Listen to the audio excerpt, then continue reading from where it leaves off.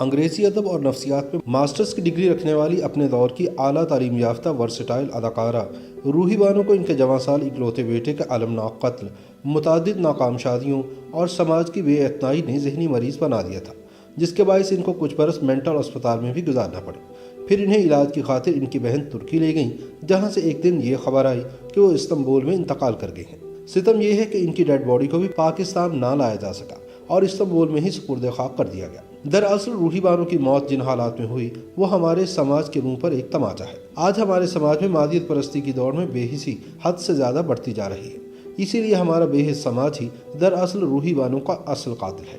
لاہور کی گلیوں میں جہاں روحی بانو نے ایک طرف اپنا فنی عروج دیکھا، وہیں دوسری طرف ان کو بے سر و سامانی نے آن گھیرا۔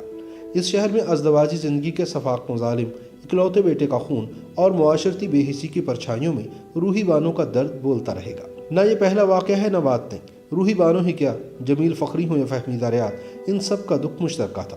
یہ سب اولاد کا دکھ لیے اس دنیا سے رخصت ہوئی، لیکن زندگی کی صفاقی جس طرح روحی بانو کے حصے میں آئی، دعا ہے کہ وہ کسی دشمن کے حصے میں بھی نہ آئے۔ پاکستان ٹیلی ویژن پر ڈرامے کے روشن عہد اور روحی بانو کے ساتھ ایسا ہی تھا، جس طرح دو سہیلیاں ایک ساتھ اچھا برا وقت دیکھیں۔ 70 کی دہائی میں بہت تیزی سے ٹیلی ویژن کی کہکشاں میں اضافہ ہو رہا تھا، نت نئے فنکار دریافت ہو رہے تھے، ہر کوئی ایک دوسرے سے بڑھ کر صلاحیتوں کا مظاہرہ کر رہا تھا۔ اسی دور میں روحی بانو کی بھی شوبز کے منظرنامے پر آمد ہوئی۔ ڈاکٹر انور سجاد اور فاروق ضمیر وسیلہ بنے، ایک عمدہ لکھاری تو دوسرا شاندار اداکار، لہٰذا یہ کیسے ممکن تھا کہ ان کا انتخاب غلط ہوتا۔ روحی جب تک اسکرین پر جلوہ گر رہیں، اس انتخاب پر اپنے باصلاحیت ہونے کی مہر ثبت کرتی رہیں۔ روحی بانو رسمی تعلیم یافتہ ہونے کے ساتھ ساتھ حقیقی معنوں میں باشعور انسان بھی تھی۔ انہوں نے انگریزی ادب اور نفسیات میں ماسٹرز کی ڈگریاں رکھنے کے باوجود ایک ایسے شعبے میں کام کرنے کو ترجیح دی جہاں صرف ظاہری حسن کی سند ہونا کافی ہوتا ہے، لیکن وہ اپنے حسن سے آگے اس مقام تک گئیں جہاں کرداروں کے درمیان ادا کیے جانے والے مکالمے سے زیادہ چہرے پر ابھرنے والے تاثرات کہانی کو آگے بڑھاتے ہیں۔ پاکستان میں اگر متوازی سینما ہوتا تو روحی شاید اس میڈیا میں بھی روشن ستارہ بن کر پوری دنیا میں چمکتی۔ پھر ایک ایسا شعبہ جہاں کی چکا چوند اور مصنوعی زندگی میں صرف بناوٹی ہونا کافی سمجھا جاتا تھا، وہاں وہ شعر و ادب اور رکھ رکھاؤ کی روایات کو نبھا رہی تھی۔ لہجے کی نفاست اور انداز گفتگو ان کے مہذب ہونے کی دلیل دینے پر معمور تھا۔ وہ گورنمنٹ کالج لاہور میں زیر تعلیم تھے جب انہوں نے اپنے فنی کیریئر کی ابتدا کی۔ پہلی مرتبہ ٹیلی ویژن کے کوئز شو میں شرکت کی، اس کے بعد اداکاری کا راستہ چنا اور شہرت سمیٹی۔ ٹیلی ویژن اور فلم ان کا مرکزی حوالہ بنی۔ روحی بانو نے 70 اور 80 کی دہائی میں اپنے فن سے یہ بھی ثابت کیا کہ صرف ایک فنکار ہونے سے کچھ نہیں ہوتا، بلکہ ہر اداکار کو اپنی ادا کو ادائے دلربا بھی بنانا پڑتا ہے۔ اشفاق احمد کے لکھے ہوئے 2 ڈرامے حیرت کدہ اور قلعہ کہانی میں وہ اپنے فن کے عروج پر نظر آئے۔ یہ وہ کام ہے جو کمرشل اداکاری میں متوازی سینما کی راہ کھول رہا تھا۔ فلسفے اور تاریخ میں ڈوبے ایسے ہی کئی کردار نبھانے میں وہ طاق تھیں۔ اشفاق احمد کے ہی لکھے ہوئے ڈرامے ایک محبت سو افسانے میں ایک کھیل داستان حبیب کا پس منظر سن 1930 کا تھا۔ اس میں ادا کیا گیا کردار بتاتا ہے کہ روحی بانو کتنی بڑی اداکارہ تھی۔ اس میں ان کے مد مقابل معروف ادیب مستنصر حسین تارڑ نے بھی بطور اداکار کام کیا تھا۔ روحی بانو نے تقریباً 50 ڈراموں میں کام کیا۔ ان کے چند مشہور ڈراموں میں زرد گلاب، سراب، دروازہ، کرن کہانی اور دیگر شامل ہیں۔ ان کے ڈرامے کرن کہانی کو مقبول عام کا درجہ حاصل ہوا۔ انہوں نے متعدد فلموں میں بھی کام کیا۔ اپنی ذات میں کھوئی رہنے والی غورکاب آنکھوں کے ساتھ جب وہ کسی کی طرف دیکھ کر بات کرتی تو سامنے والے کا اس کشش کے سامنے ٹھہرنا مشکل ہو جاتا۔ اس طلسماتی شخصیت کے ساتھ جہاں روحی بانو کو بہت ساری کامیابیاں ملی، وہیں ان کے حصے میں پیشہ ورانہ حاسدین، مخالفین اور دشمن بھی آئے، جنہوں نے آخرکار ان کی زندگی میں اپنے اپنے حصے کا زہر انڈیلا۔ ناکام معاشقے، متعدد ناکام شادیاں اور پھر سن 2005 میں اکلوتے بیٹے علی کا قتل انہیں بھی اذیت کی مقتل گاہ تک لے گیا۔ اسی برس وہ شیزوفرینیا نامی ذہنی مرض میں مبتلا ہوئی، جس سے ان کی زندگی دکھ کی تصویر بن کر رہ گئی۔ وہ ازدواجی زندگی کے بارے میں اپنے ایک انٹرویو میں صرف اتنا کہتی ہیں، میں کون ہوں، کسے خبر۔ ان کا خاندانی پس منظر بھی بظاہر روشن حوالوں سے مزین لیکن تشنگی لیے ہے۔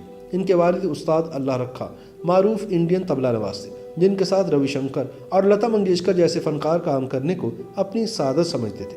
والد نے ان کی والدہ زینت بیگم سے دوسری شادی کی تھی۔ استاد اللہ رکھا کی پہلی شادی سے پیدا ہونے والوں میں ذاکر حسین ان کے سوتیلے بھائی اور بھارت کے معروف طبلہ نواز ہیں، لیکن اس خاندان کے آپس میں تعلق قائم رہنے کے شواہد نہیں ملتے۔ روحی بانو نے بھی کبھی اس موضوع پر زیادہ بات نہیں کی تھی۔ وہ انڈین میڈیا کا موضوع بھی رہی، لیکن ان کے سوتیلے بہن بھائیوں میں کبھی کسی نے اس پر لب کشائی نہیں کی۔ یہ الگ بات ہے کہ اسی ملک میں اداکاری کے لیے معروف پونا اکیڈمی میں روحی بانو کی اداکاری طلباء کے نصاب کا حصہ ہے۔ ان کی والدہ بھی بے سر و سامانی کی حالت میں دنیا سے رخصت ہوئی۔ سلسلہ وار دکھوں نے روحی بانو کو شدید ذہنی صدمات سے دوچار کیا، جس سے یہ اپنے حواس کھو بیٹھی۔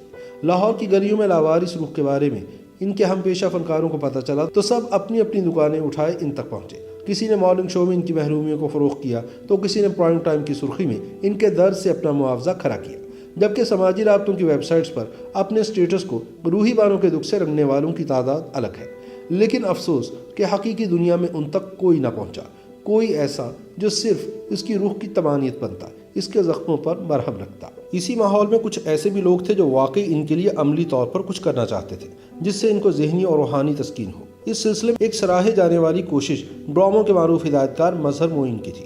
انہوں نے روحی بانو کو دوبارہ سے ٹیلی ویژن اسکرین پر لانے کی عملی کوشش کی اور کافی حد تک اس میں کامیاب بھی رہے، جس سے یقیناً روحی بانو کو روحانی تسکین ملی ہوگی، مگر ان کو واپس لانے کے سارے حربے ایک ایک کر کے بے اثر ہوتے چلے گئے۔ حکومت کی جانب سے دیا گیا صدارتی تمغہ بھی ان کے زخموں کی شفا یابی نہ کر سکا، کیونکہ فنکاروں کو تمغوں سے زیادہ توجہ کی ضرورت ہوتی ہے۔ وہ لاہور کے فاؤنٹین ہاؤس میں علاج کی غرض سے داخل رہیں، پھر کچھ عرصے کے لیے لاپتہ بھی ہو گئے۔ چند مہینوں بعد پتہ چلا کہ ترکی میں علیل ہونے کے بعد ان کی رحلت ہوئی۔ لاہور کی گلیوں میں تو انہیں کوئی پوچھتا تک نہیں تھا، ایسے میں وہ اپنی بہن روبینہ کے ساتھ ترکی کیسے پہنچ گئیں، یہ بھی ایک معمہ ہے۔ وہ اپنی جائیداد کی وجہ سے بھی مسائل میں گھری رہیں۔ عزیز و اقارب سمیت کئی طرح کی قبضہ گروپ قوتیں ان کی گلبرگ والی کوٹھی ہتھیانے کے درپے تھیں۔ ان سب کی تحقیق ہونا بھی لازم ہے، لیکن جس کو زندہ ہوتے ہوئے کسی نے نہ پوچھا، اب اس کے چلے جانے کے بعد کیا پوچھے گا؟ آنکھ اوجل پہاڑ اوجل۔ روحی بانو جب تک اپنے حواس میں تھی ایک شاندار شخصیت کی مالک تھی۔ انہوں نے زندگی کو اتھاہ گہرائیوں سے جیا، احساسات کے کوہ ہمالیہ کو سر کیا۔ وہ اپنے اکلوتے بیٹے کی موت سے پہلے تک ایک نارمل اور ذہین انسان تھی۔ وہ ناول اور شاعری پڑھتی تھی، بطور قلمکار بھی اپنے خیالات کا اظہار کرنا چاہتی تھی، ایک فلم ساز بننے کی خواہاں بھی تھی، اور بھی بہت سارے ایسے خواب تھے جن کی تعمیر کے لیے وہ کوشاں تھی۔ زندگی کا چہرہ ان کے لیے پر نور تھا، لیکن ایک دن تقدیر نے ان کے خوابوں پر شب خون مارا۔ ان کے تمام خواب بیٹے کے خون میں رنگے گئے۔ زندگی کا تصویر نامہ پہلے سرخ اور پھر سیاہ ہو گیا۔ تاریخی بڑھتی گئی، چہرے اور رویے بدلتے گئے، ایک ایک کر کے سب منظر گل ہوئے۔ مادیت پرستی اور مصنوعی اخلاق کی بیماری میں مبتلا بے رحم سماج میں جذبات کا کام کرنے والا ایک ہنرمند، ایک اور فنکار مر گیا، لیکن راوی اب بھی چین لکھتا ہے۔